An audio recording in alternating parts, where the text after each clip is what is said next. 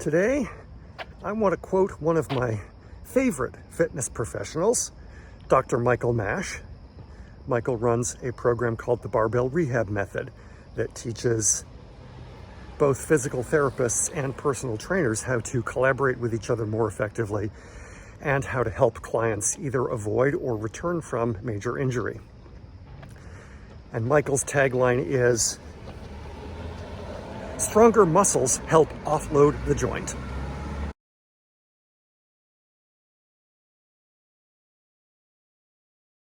So what's he getting at with this line? Well, a lot of people worry that they will damage their joints by working out too much. And that means if they have a joint that's already deteriorating, they worry that they'll make it worse by physical training. Or if they've actually had a replacement joint, a knee replacement, a hip replacement, shoulder surgery, they're worried that exercising too much will just degrade that joint further, leading to having to do another replacement faster or their first replacement sooner. If anything, the evidence seems to point in the opposite direction. Building up the muscles seems to spare the joints, and this isn't hard to understand if you think about it, because the muscles are what's there to absorb the shock and to support the joint in going through its motions. Obviously, it has to be exercise and training that's well considered, that's thoughtful, that's careful about actually doing damage, sure. But training for strength has a way of helping the joints stay strong for longer and wear out less quickly. Strength training has some pretty well understood benefits indeed for bone density overall. Obviously, this is interesting to me because I'm somebody who got started precisely because I was having problems with a knee.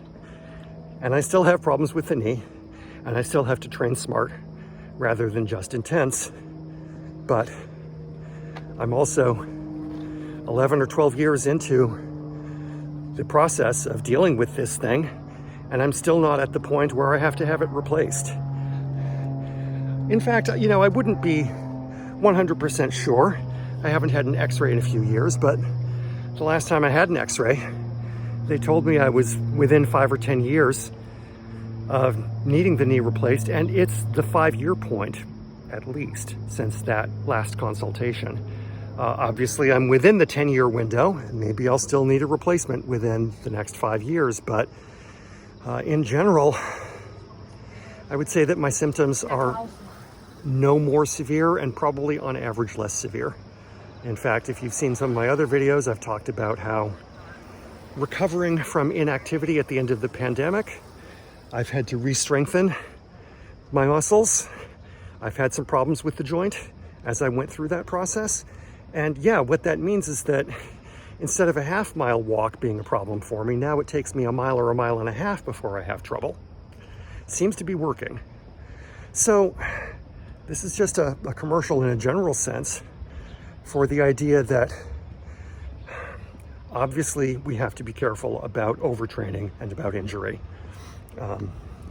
But the benefits of effective training seem to keep piling up, both in personal anecdote and in the overall evidence that we have from well-controlled studies.